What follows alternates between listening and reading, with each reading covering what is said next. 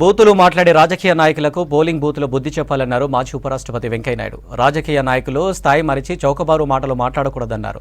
మాతృభాషను ఎవరు మర్చిపోదని, విలువలతో కూడిన విద్యను అందించడానికి అందరూ కృషి చేయాలన్నారు. ఇప్పుడు ప్రపంచమంతా భారత్ వైపు చూస్తుందన్నారు.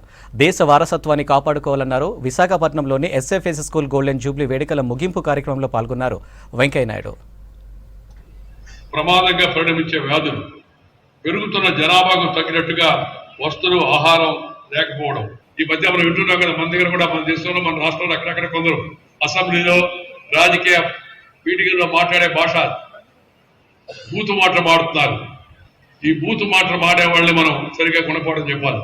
మన కొంతమంది అమ్మలు అడిగారు, సార్ ఈ బూతు మాట మాడేవాడు ఏం చేయాలని.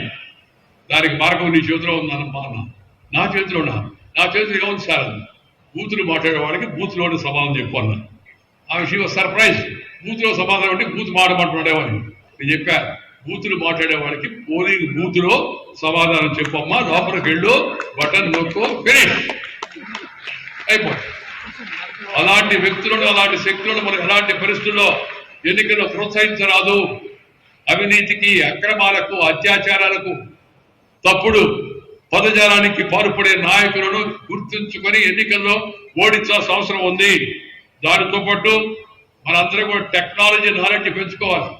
Do not forget the culture, at the same time pick up the new science, new technology.